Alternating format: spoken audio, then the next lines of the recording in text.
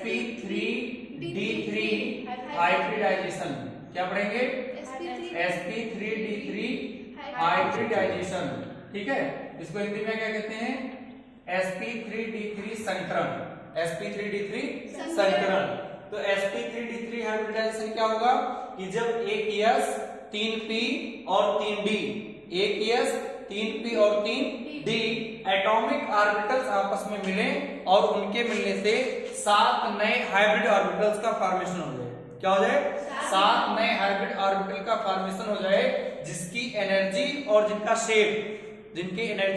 Shape same हो। तो ऐसे जो हाइब्रिड ऑर्बिटल्स बनेंगे, उन हाइब्रिड ऑर्बिटल्स को हम लोग कहेंगे sp3d3 हाइब्रिड ऑर्बिटल। और जो ये पूरा फिनोमेना होगा, मतलब ये जो पूरा प्रोसेस होगा, उसको कहेंगे sp3d3 हाइब्रिडाइजेशन या फिर sp3d3 संकरण। ठीक है, तो हम क्या कह सकते हैं कि the process of mixing of 1s 3p and 3d 1s 3p and 3d pure atomic orbitals to form 7 sp3d3 hybrid orbitals is known as sp3d3 hybridization। ठीक है, अब इसके बाद में ये बन गया तो इसकी ज्योमेट्री अडॉप्ट होनी चाहिए। तो ज्योमेट्री क्या होगी कि जब 7 ऑर्बिटल्स होंगे और 7 ऑर्बिटल एक ही टाइप के होंगे, जिनका एनर्जी लेवल और शेप जो होगा वो सेम होगा, तो फिर क्या होगा?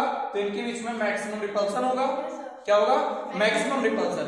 तो उस मैक्सिमम रिपल्सन को हम अवॉइड करने के लिए जो ये हमारे ऑर्बिटल्स होते हैं, ये क्या करते हैं? ये पेंटागोनल बाई पिरामिडल स्ट्रक्चर का फॉर्मेशन करते हैं। कैसे स्ट्रक्चर का? पेंटागोनल बाई पिरामिडल, मतलब पंचकोणीय द्विपिरामिडीय संरचना का निर्माण करते हैं। तो आइए हम लोग लिखते हैं पहले। क्या लिखेंगे? द प्रोसेस ऑफ, क्या लिखेंगे? The process of mixing of 1s और 3p and और क्या 3d, उसके बाद में और क्या 3d pure atomic orbitals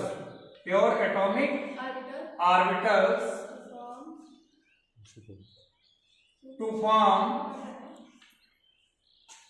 7 new orbitals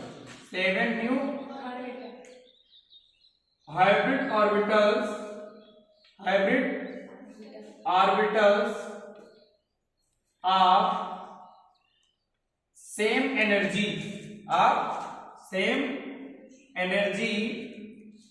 and same shape is known as sp3d3 hybridisation. क्या कहते हैं इसको? sp3d3 hybridisation. ठीक है, और जो ये ऑर्बिटल फॉर्मेट होंगे उनको हम क्या कहेंगे? sp3d3 hybrid orbital. ठीक है, अब क्या होगा? एक लाइन और हम नीचे लिख लेते हैं। टू अवॉइड मैक्सिमम रिपल्सन किसके बीच में? ऑर्बिटल्स के बीच में, between hybrid orbitals. In hybrid orbitals के बीच में जो मैक्सिमम रिपल्सन होगा उसको अवॉइड करने के लिए all these orbitals to avoid maximum repulsion between hybrid orbitals they adopt, मतलब ये सभी ऑर्बिटल क्या करते हैं? Adopt pentagonal bipyramidal structure. कैसा स्ट्रक्चर अडॉप्ट करते हैं? Pentagonal bipyramidal structure adopt करते हैं। अब ये पेंटागोनल बाई पिरामिडल कैसे होता है? पेंटागोनल बाई पिरामिडल मतलब सबसे पहले तो पंचकोणीय होगा, तो हम ऐसा बना देते हैं पेंटागोनल स्ट्रक्चर। कैसा स्ट्रक्चर बना देते हैं? Pentagonal structure. ठीक है, तो पेंटागोनल स्ट्रक्चर कैसे बनेगा? ऐसे, ये आपका क्या हो गया? Pentagonal structure. अब इस स्ट्रक्चर में सबसे पहले तो एक ऑर्बिटल आपका यहां हो जाएगा, हो गया? एक ऑर्बिटल आपका यहां से बन जाएगा, एक ऑर्बिटल यहां से बन जाएगा और एक ऑर्बिटल यहां से बन जाएगा। ये समझ में आया? और उसके बाद में फिर एक ऑर्बिटल यहां से बन जाएगा, एक ऑर्बिटल यहां से बन जाएगा। अब एक ऑर्बिटल यहाँ बनेगा और एक ऑर्बिटल यहाँ से बनेगा। टोटल कितने ऑर्बिटल चाहिए? 7 ऑर्बिटल। अब आप काउंट करिए 1 2 3 4 5 6 और 7 ऑर्बिटल हो गए। 7 ऑर्बिटल। अब क्या होगा कि इसमें जो ऑर्बिटल होते हैं ये आपके 7 ऑर्बिटल हो गए। सातों ऑर्बिटल कैसे हैं? ये है sp3d3 हाइब्रिड ऑर्बिटल। कैसे ऑर्बिटल? sp3d3 hybrid orbital. तो जो आपका ये वाला ऑर्बिटल होता है और ये ऑर्बिटल, इन दोनों ऑर्बिटल्स के बीच में जो बॉन्ड एंगल होता है वो 90 डिग्री का बॉन्ड एंगल। कितने डिग्री का? 90 डिग्री का। बाकी जितने ऑर्बिटल होते हैं एक दूसरे ऑर्बिटल के बीच में कितने का होता है? 72 डिग्री का। कितने का होता है? 72 का। तो जो ये ऑर्बिटल होता है इसको हम कहते हैं इक्वेटोरियल। क्या कहते हैं? इक्वेटोरियल हाइब्रिड ऑर्बिटल या इक्वेटोरियल ऑर्बिटल कहते हैं। और इसको कहते हैं एक्सियल ऑर्बिटल। कैसा ऑर्बिटल कहते हैं? Axial orbital. तो एक्सियल ऑर्बिटल और इक्वेटोरियल ऑर्बिटल, इन दोनों के बीच का जो बॉन्ड एंगल होता है, मतलब यहां से यहां का जो बॉन्ड एंगल होगा, ये थोड़ा यहाँ पे वो हो गया है, थोड़ा इसमें डिस्टेंस होना चाहिए, ठीक है। तो इसके बीच में जो बॉन्ड एंगल होगा, किसके बीच में? इक्वेटोरियल के बीच में और एक्सियल के बीच में, वो 90 डिग्री का बॉन्ड एंगल होता है। क्या डिग्री का? 90 डिग्री का। और एक दूसरे के बीच में, अगर इसके बीच में आप देखेंगे तो 72 डिग्री का। अच्छा, इसका स्मॉल लोब भी बनेगा, तो इसका स्मॉल लोब यहाँ बना देंगे, इसका वाला यहाँ बना देंगे। ऐसे एक दूसरे के सामने सबका क्या बन जाएगा? स्मॉल लोब बन जाएगा। आई बात समझ में? तो ये जो आपका स्ट्रक्चर होगा, स्ट्रक्चर हम ऐसे अडॉप्ट कर लेंगे। यहाँ से इसको ऐसे भी कर सकते हैं, अलग कर देंगे। तो इसको हम क्या लिख देंगे? Pentagonal bi pyramidal. Pentagonal bipyramidal structure of sp3d3 hybrid orbital. sp3d3 hybrid orbital, ठीक है। इतनी बात समझ में आई? क्या होगा sp3d3 हाइब्रिडाइजेशन? कि जब एक s 3p और 3d ये 7 ऑर्बिटल आपस में मिले और इनके मिलने से 7 नए ऑर्बिटल बने, हाइब्रिड ऑर्बिटल बनेंगे, जिनका एनर्जी लेवल और जिनकी शेप क्या हो? सेम हो। तो ऐसे ऑर्बिटल्स को हम कहेंगे sp3d3 हाइब्रिड ऑर्बिटल। और जो ये इनके बनने का प्रोसेस होगा, जो इनका फिनोमेना होगा, उसको क्या कहेंगे? sp3d3 हाइब्रिडाइजेशन, ठीक है। और उसके बाद में ये सातों ऑर्बिटल जब मिलेंगे तो ये अपने बीच में, एक दूसरे ऑर्बिटल के बीच में मैक्सिमम रिपल्सन को कम करने के लिए क्या करेंगे? ये पेंटागोनल बाई पिरामिडल स्ट्रक्चर को गेन करेंगे, जिसमें एक्सियल और इक्वेटोरियल ऑर्बिटल के बीच की जो बॉन्ड एंगल होगी वो 90 डिग्री की होगी, और बाकी सेम टाइप के जो ऑर्बिटल होंगे इनके बीच का जो बॉन्ड एंगल होगा वो 72 डिग्री का होगा। कितना होगा? 72 डिग्री का। तो आइए इसको हम एक एग्जांपल से समझें। फॉर्मेशन ऑफ, क्या लिखेंगे? Formation of IF7 molecule. Formation of IF7 molecule मतलब IF7 मॉलिक्यूल का बनना।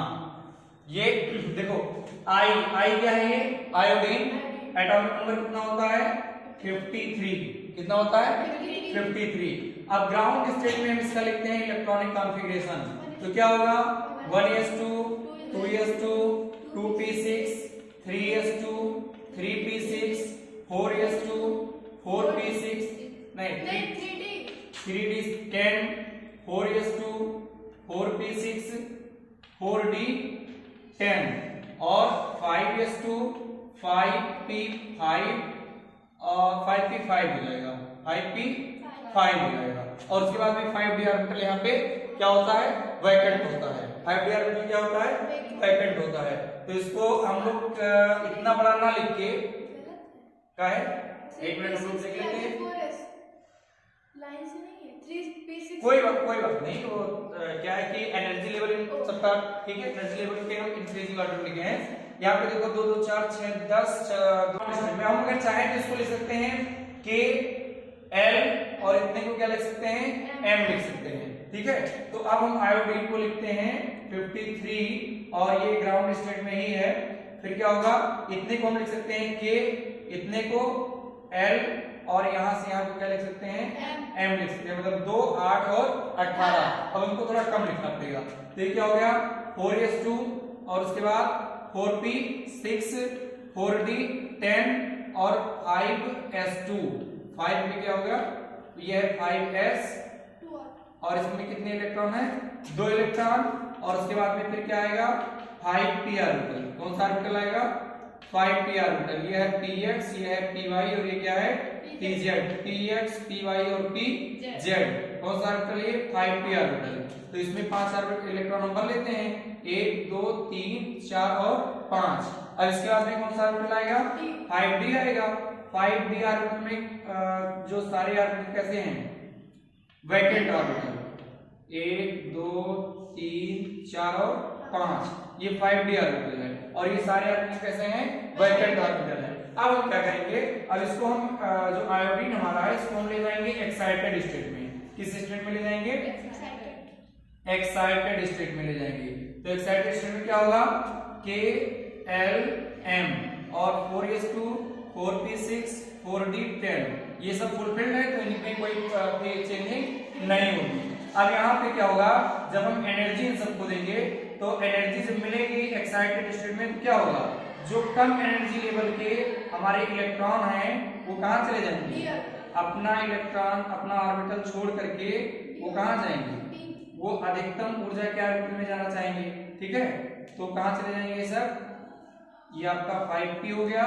इसके बाद में क्या बना लेते हैं, 5d ऑर्बिटल। कौन सा ऑर्बिटल बनाएंगे, 5d, 2 3 4 और 5, ये 5d ऑर्बिटल। अब देखिए आप यहाँ पे जो 5s है, 5s की एनर्जी लेवल जो इसका होता है वो p और d दोनों की तुलना में सबसे कम होता है। तो यहाँ पे जब हम एनर्जी देंगे तो एनर्जी देने के बाद में क्या होगा, ये इलेक्ट्रॉन यहाँ से भागेगा, मतलब निकलेगा।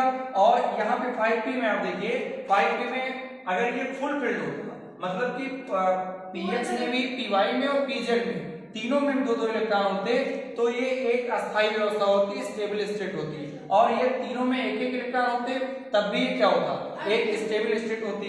लेकिन यहाँ पे 2 इलेक्ट्रॉन, मतलब 2 ऑर्बिटल में पेयरिंग के इलेक्ट्रॉनों की और एक में अनपेयर्ड इलेक्ट्रॉन है, तो क्या होगा, ये इलेक्ट्रॉन यहाँ से निकलेंगे, ये इलेक्ट्रॉन यहाँ से निकलेंगे, कहाँ जाएंगे, 5d में। और ये भी इलेक्ट्रॉन कहाँ जाएगा, 5d में। चूंकि यहाँ पर पेयरिंग एक अनपेयर्ड है, 2 पेयर्ड है, तो इनको निकालने में हमको ज्यादा एनर्जी भी नहीं देनी पड़ेगी, आसानी से निकल जाएंगे। और 5s का इलेक्ट्रॉन भी कहाँ चला जाएगा, 5d में चला जाएगा। तो इस तरीके से क्या हो गया कि जो हमारा I था आयोडीन, ये क्या हो गया, ये हाइब्रिडाइज्ड हो गया। ये क्या हो गया, हाइब्रिडाइज्ड हो गया। अब क्या होगा, KLm और यहाँ पे क्या करेंगे, ये वाला इलेक्ट्रॉन निकाल देंगे, एक प्रोसेस कम हो जाएगा। ये इलेक्ट्रॉन आपका यहाँ आ गया, ये वाला यहाँ आ गया और ये वाला यहाँ आ गया। अब देखो, अब ये हो गया 4s2 4p6 और 4d10। और यहाँ पे क्या होगा, अब हम ये जो इलेक्ट्रॉन मतलब हमारे ऑर्बिटल्स हैं, इन सभी ऑर्बिटल के इलेक्ट्रॉन को लिख के 5s लिखा हुआ है, 5s में 1 इलेक्ट्रॉन बचा, 5p में कितने इलेक्ट्रॉन बचे, 3 इलेक्ट्रॉन बचे, एक px में, एक py में और एक pz में। ये 5p ऑर्बिटल हो गया। अब इसके बाद में कौन सा ऑर्बिटल आएगा, इसके बाद में आएगा 5d ऑर्बिटल। 5d में कितने टोटल हैं, 5 ऑर्बिटल, 2 3 4 और 5। और dxy dyz और dzx इन तीनों में कितने हैं, 1-1 इलेक्ट्रॉन। अब हम क्या करेंगे, इन सभी ऑर्बिटल्स की मिक्सिंग करवा देंगे। क्या करवा देंगे, मिक्सिंग करवा देंगे, किसकी किसकी, 5s के 1 ऑर्बिटल की, 5p के 3 ऑर्बिटल की और 5d के 3 ऑर्बिटल की। तो यहाँ पे हम क्या लिखेंगे, मिक्सिंग ऑफ 1s और 3p and 3d atomic orbital. ठीक है, ये हो गया। अब ये हमारा I क्या है, ये हाइब्रिडाइज्ड है। I क्या है, हाइब्रिडाइज्ड मतलब ये संकरित हो गया, अब इसमें संकरण हो गया। तो ये क्या होगा, KLm और 4s2 4p6 और 4d10। अब हमारे पास कितने हाइब्रिड ऑर्बिटल हो गए, टोटल 7 हाइब्रिड ऑर्बिटल हो गए। तो 1 2 3 4 5 6 हो गया, और एक यहाँ पे कितना हो गया, 7 ऑर्बिटल। 1 2 3 4 5 6 7। ये आपके कितने ऑर्बिटल हैं, यानी कि ये 7 sp3d3 हाइब्रिड ऑर्बिटल हो गए। और बाकी जो डी का ऑर्बिटल 2 बच रहा है ये कैसा ऑर्बिटल होगा? अनहाइब्रिड ऑर्बिटल होगा। क्यों? क्योंकि इसने हाइब्रिडाइजेशन में पार्टिसिपेट नहीं किया है, तो ये आपका क्या हो गया? Unhybrid orbital. अब आपको बनाना क्या है? IF7। F को आप देखिए तो F क्या होता है? F हम यहाँ लिख लेते हैं 9 1s2 2s2 और 2p में कितना इलेक्ट्रॉन होता है? 5 इलेक्ट्रॉन। कितने इलेक्ट्रॉन? 5। टोटल कितने इलेक्ट्रॉन इसमें होते हैं? 5 इलेक्ट्रॉन। 1 2 3 4 और 5। ये हो गया 2p। कितना हो गया? नहीं सॉरी, ये 2s2 2p, ये 2s2 और ये 2 2 4 5 9 1 2 3 4 और 5। ये 2p में 5 इलेक्ट्रॉन। तो हम क्या देखते हैं कि इसमें जो होता है लास्ट में एक इलेक्ट्रॉन की कमी होती है, मतलब 1 अनपेयर्ड इलेक्ट्रॉन होते हैं। तो अब इसके साथ में 7 नए हमको क्या जोड़ना है? फ्लोरीन के एक एक एटम इनसे जोड़ देने हैं। तो क्या होगा? IF7 molecule. क्या बनाएंगे हम? IF7 मॉलिक्यूल बनाएंगे। तो ये क्या होगा? K हो जाएगा, L होगा, M होगा और उसके बाद में 4s2 4p 6 और 4d 10 और उसके बाद में ये हमारे जो sp3d3 हाइब्रिड ऑर्बिटल हैं, इन सभी ऑर्बिटल से 1 2 3 4 5 6 और 7 इन सब में पहले एक एक इलेक्ट्रॉन नीचे वाले होंगे हाइब्रिडाइजेशन वाले, और उसके बाद में एक फ्लोरीन यहाँ से जोड़ेंगे तो अपना वो एक आयनिक इलेक्ट्रॉन जो है वो देगा नहीं देगा? एक वो देगा, दूसरा फ्लोरीन अपना एक इलेक्ट्रॉन, तीसरा एक इलेक्ट्रॉन, इसी तरीके से चौथा, पांचवा, छठा और सातवां। और इस तरीके से क्या हो गया? ये हो गया फॉर्मेशन ऑफ IF7 मॉलिक्यूल। क्या बन गया? IF7 मॉलिक्यूल बन गया। ठीक है, अब इसके बाद में हम लोग बनाएंगे इसका स्ट्रक्चर। ऑर्बिटल बनाए थे, इन हाइब्रिड ऑर्बिटल की शेप बना लेते हैं जो पेंटागोनल बाई पिरामिडल थी। कैसा स्ट्रक्चर था? Pentagonal bipyramidal structure. ठीक है, तो यहाँ सेंटर मान लेते हैं। ये पहले एक्सियल ऑर्बिटल बना लेते हैं, 1 2 बन गया, ये बन गया, यहाँ पे ये हो गया,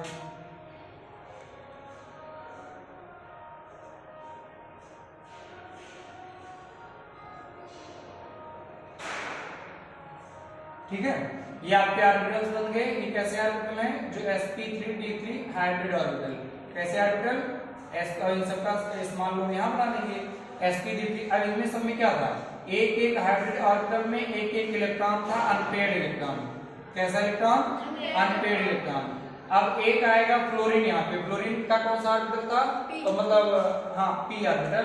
तो फ्लोरीन एक आएगा यहाँ से ऐसे, और इस मान लो इसका हो जाएगा एक इलेक्ट्रॉन यहाँ फ्लोरीन दे देगा। उसके बाद एक फ्लोरीन आकर के यहाँ जुड़ जाएगा, एक फ्लोरीन जुड़ेगा, ये इसका मान लो हो गया, एक इलेक्ट्रॉन ये देगा। एक फ्लोरीन यहाँ पे जुड़ेगा ऐसे, और एक इलेक्ट्रॉन ये अपना दे देगा। यहाँ भी इलेक्ट्रॉन की पेयरिंग हो जाएगी।